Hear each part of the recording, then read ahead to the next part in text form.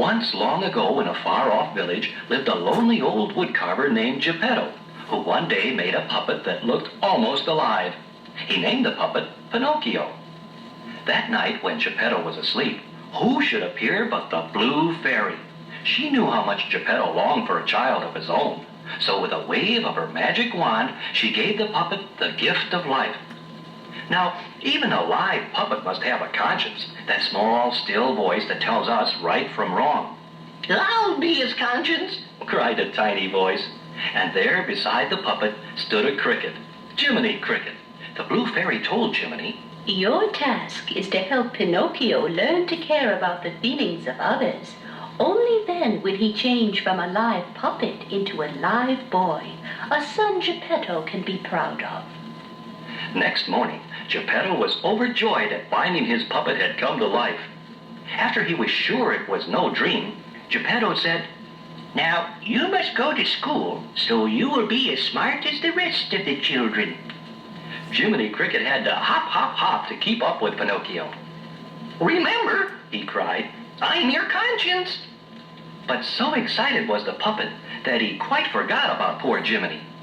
Instead of going straight to school, Pinocchio fell in with a group of noisy, impudent boys who were on their way to a place called Pleasure Island, where boys could do anything they pleased. The streets of Pleasure Island were paved with cookies.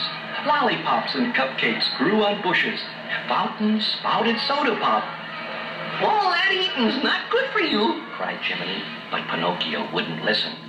Worst of all, the boys burned their school books and smashed windows and did whatever they felt like doing. And in spite of Jiminy Cricket's pleading, Pinocchio joined right in with the rest. Weeks went by, and then one morning a strange and terrible thing happened. One by one, the boys began to grow long, hairy ears and long tails. They had caught donkey fever and were turning into donkeys. Only then did Pinocchio think of Jiminy. "Help! Help!" he shrieked. "Jiminy! Jiminy Cricket!" But Jiminy saw that he was too late. "Let's get away from here," he cried, "before you become a complete donkey."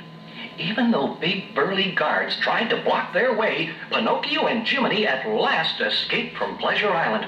But even so, poor Pinocchio still had his long tail and the long hairy ears of a donkey. "I want to go home," whimpered Pinocchio, and he began to cry.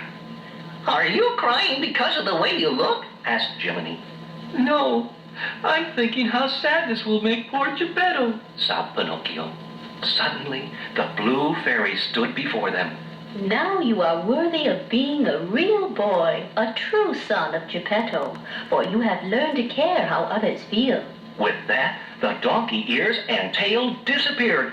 What a joyous reunion they all had.